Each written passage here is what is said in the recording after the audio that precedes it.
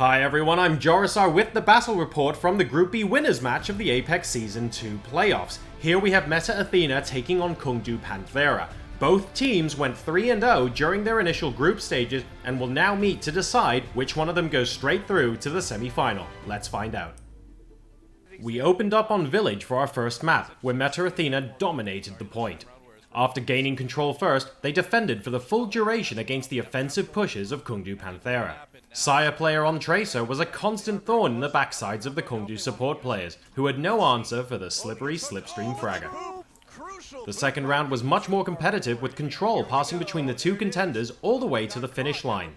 Libero on Hanzo was a slow starter, but he bounced back with support from his team to be a key playmaker during back-to-back team fights. That kept Meta Athena in the game and eventually winning out.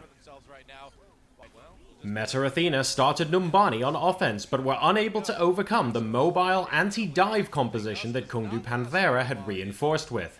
It wasn't until overtime that Point A finally fell to the attackers, despite strong efforts from the entire defensive cast.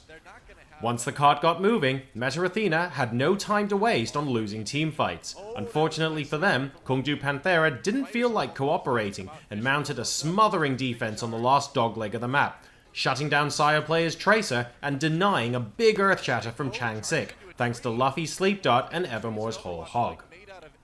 Hoon and company did their best during their defensive turn to replicate their opponent's success, but fell just short when Rascal unleashed his blade and the entirety of Kongdoo rushed, gathering kills along the way along with control of Point A. Hoon continued showing us why he's considered one of the best Zarya players, baiting and trapping the bulk of Kongdoo into his graviton, while his team surrounded and tore through the attackers in front of the shops. From there, Meta pushed up, nearly spawn camping Kongdoo, until Hoon's next graviton put the final nail in the coffin, putting the series on match point, heading to Hanamura.